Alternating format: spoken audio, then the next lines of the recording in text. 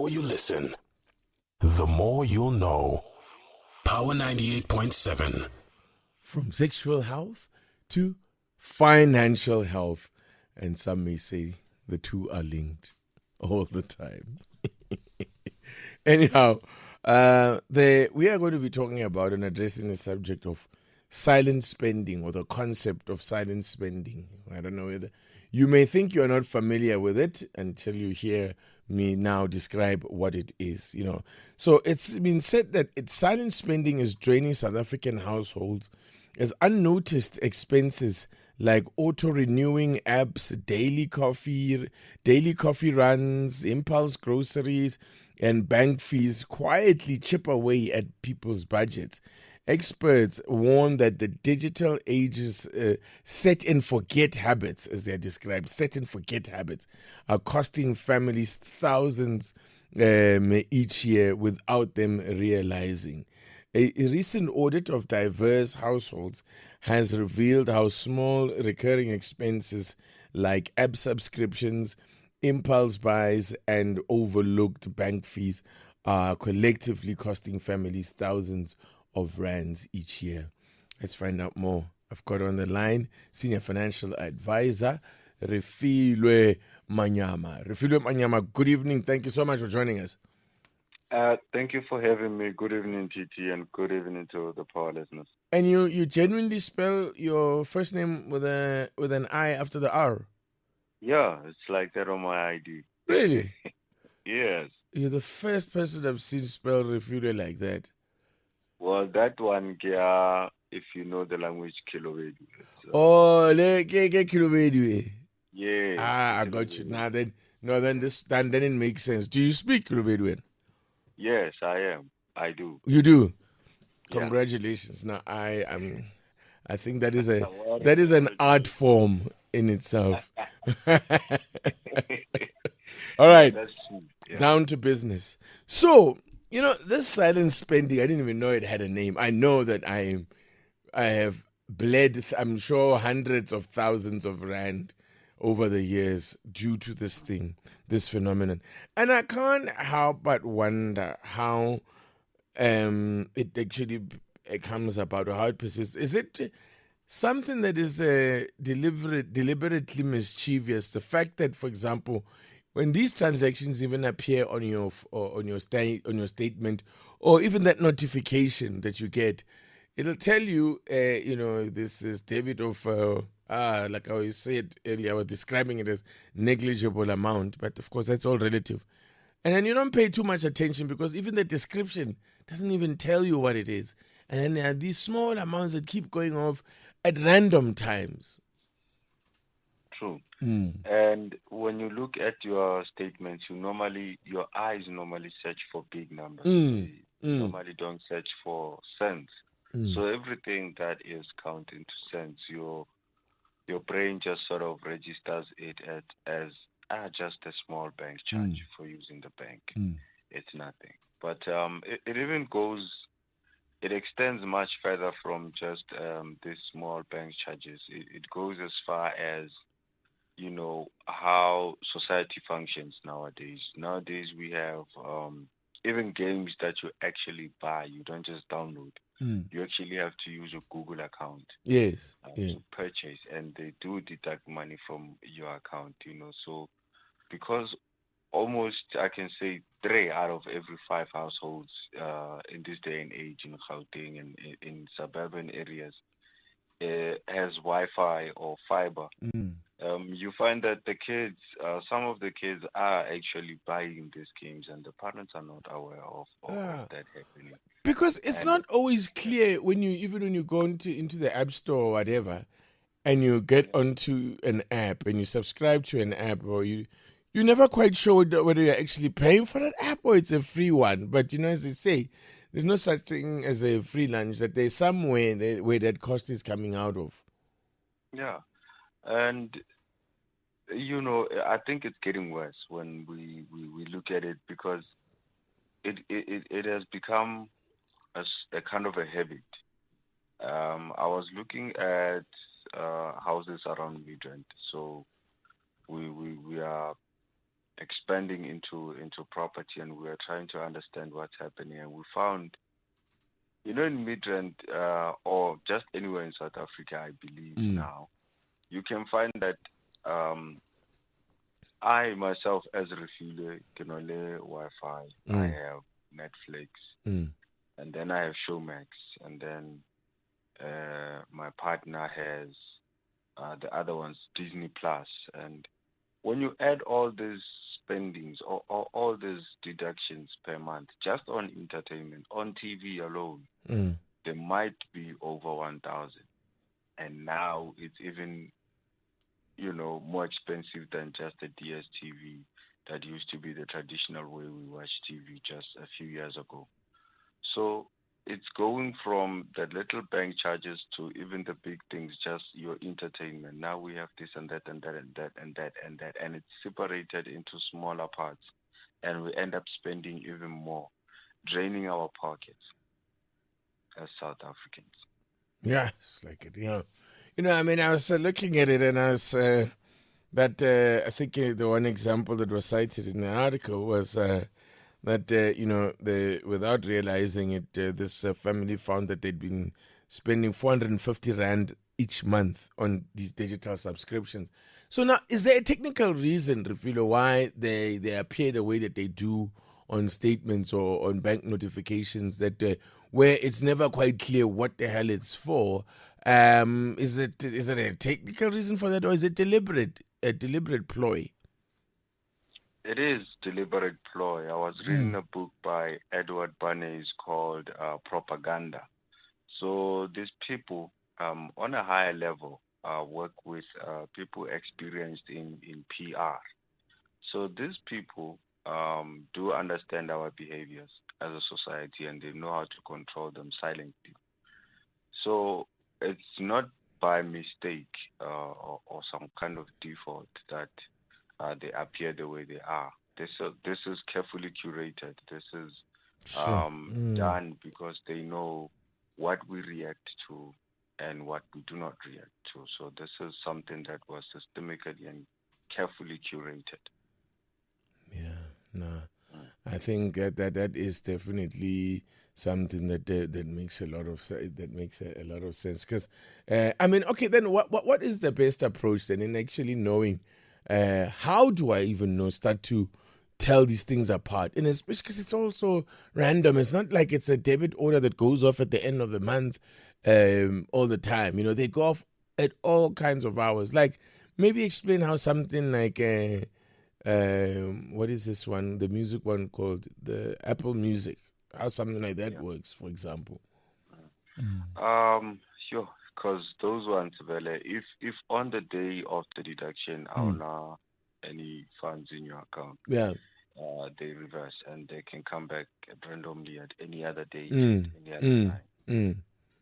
The best thing to do when you are a subscriber, try and get a debit check mandate going on that. Activate the debit check mandate. Normally, how debit check mandate works is that if your debit order is supposed to go off on the 25th of each month, it's not even going to lose its date, and it will also track a couple of days after the 25th, just in case the 25th falls on a holiday or a weekend. So debit check mandates normally work. I'm not sure, not really experienced with specifically the Apple app, as we were making an example. Yeah. Okay, sure. Fair enough. I mean, Yeah, okay, sure. So also, man, just for us to try and not just subscribe to everything. Only subscribe to things you absolutely need, like needs and wants. Look at your smartphone nowadays as a little shop now, because literally you can buy stuff just from your phone and they arrive in your house. So you need to now also incorporate your coping mechanisms for dealing with impulsive buying. You need to always know that when you have your phone in your hand, it is possible that you can spend some money, any amount of money. Yeah. You can buy a car, you can buy a house, you can buy groceries, you can buy small things There's literally any amount that you can spend in your phone. So try your best to not be someone who subscribes a lot to different things, and minimize screen time as well. Or is there an alternative in terms of, like, I mean, I guess alternatively it could be a way of monitoring what is happening with that kind of with those type of debits. No, of course, and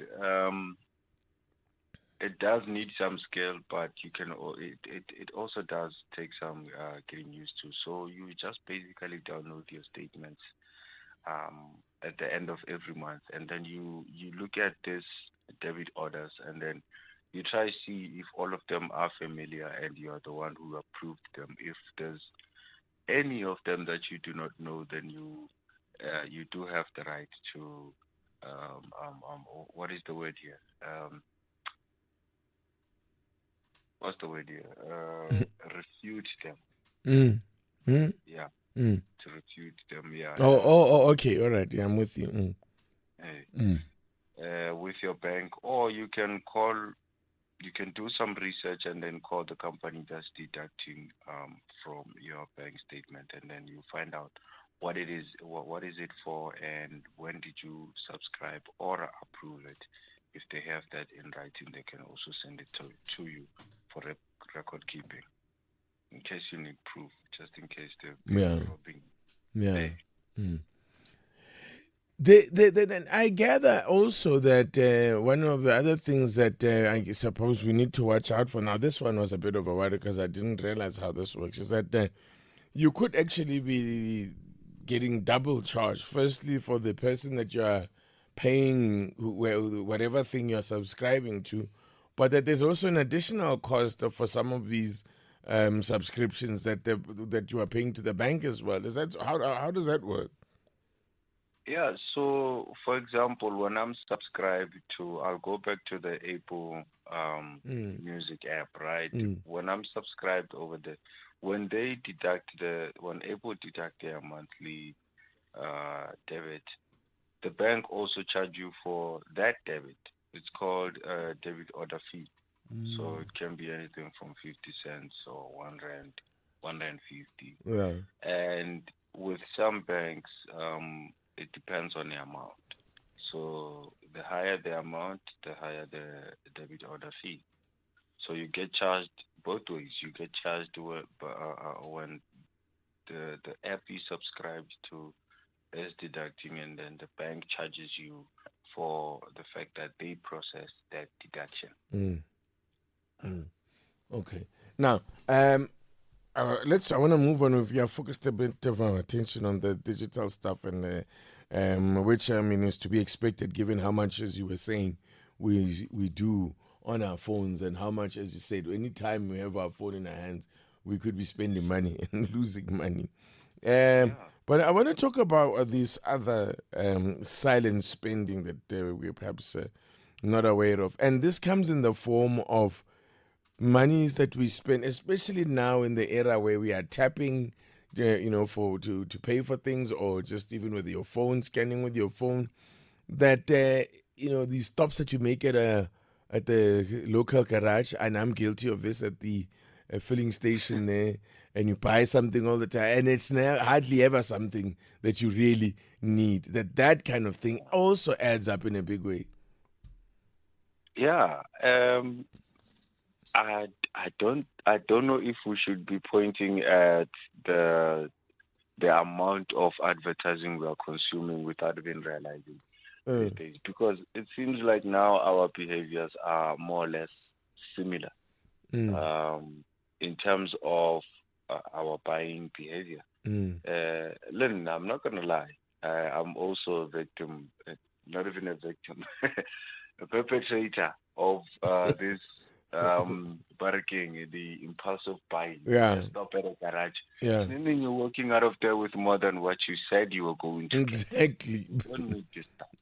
And now the next thing, you are on Spotify and you're wondering, you might enjoy your song even more if you are on that premium, the one without ads. So the song will have more bass or something. Yeah. And then you start subscribing to this. So all of these things, now the result at the end of the day is that the whole South Africa, now what happens is that our pockets are intensely hurt because we don't even realize Hore, that 25 rand weekly in a month, it just added up to 100 rands. And 100 rand, especially if you were putting it away in a savings account or a tax-free account, where we are away, you would see in a couple of years, Hore, that 100 rand, instead of spending it, you could have done a better job if you were saving it, especially in something like a tax-free account. No, absolutely. There's definitely always much better use of this. And I mean, yeah, this impulsive. But I guess also the convenience. It has become so much easier to buy and pay for things that it takes extraordinary amounts of discipline to ensure that you actually still stay within budget, if you're working with a budget, which you all should be doing. But just to also maintain any level of discipline, because you can literally spend money from anywhere. You don't even, I don't even need to stop at that shop to buy anymore. They can even bring it to you. It's just crazy. Small things like that, like chips and chocolate. Yeah. And, this is the reason why I'm saying it's all carefully curated, because now, when you understand how I will behave after consuming the same ad 10 times in a single day. Yeah. Consuming the same ad 10 times in a single day, I'm more prone to go buy that product I was seeing, thinking that I made the decision myself. And it's not even my decision. It's influenced by the fact that I saw the same product over and over again in the ad. And now on our smartphones, even games, even apps, even you can get on your Play Store, download a book, and the book has ads. It's advertising other games or other products on shopping apps. So now it has become way more difficult to remain disciplined on your budget than ever before. And really looking at the predictions, just looking at the way things are going and the future, where we are headed with AI and everything, you can tell it's going to be a lot more difficult than it is currently to be disciplined with your money. So hence maybe now the big question is, are people in my positions, financial advisors and financial planners, are our roles, our jobs even safe for the future? Because now, if it's becoming more and more difficult to remain disciplined, then how are you going to trust another individual to take good care of your hard-earned money? So I guess now, I was going to say, we're all victims of the algorithm, I'm afraid. Yeah, it's messing us up big time.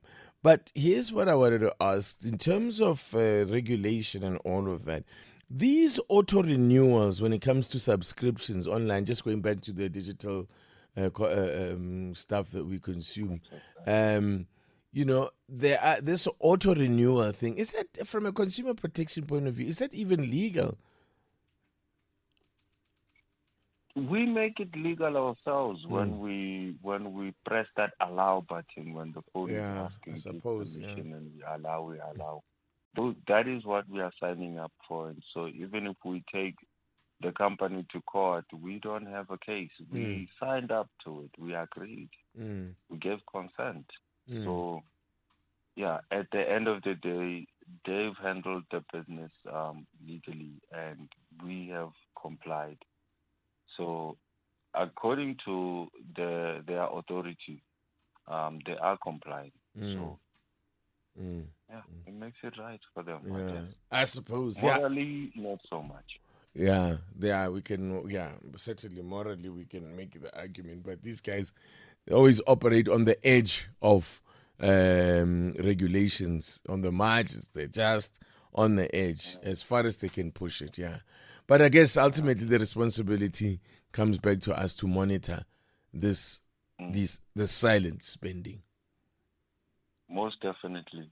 I guess nowadays we need to go back to being as old school as possible. We need to start writing down our budgets. I mean, for those that know how to use the Excel spreadsheets to do a budget, track our spending, that's good. But for those who haven't learned how to maneuver around Excel like that, I would suggest you do it down by hand get a notebook for yourself, and you try and see what is it that you are spending on, just in case you are spending so much that you could basically afford a house if you were putting that money away, or investing in something bigger, like investments such as shares, stocks, bonds, or anything that you could most probably excel in, or something that you yourself understand and are passionate about. So, because this small spending, this silent spending, they are really, really, really taking a lot of money away from people.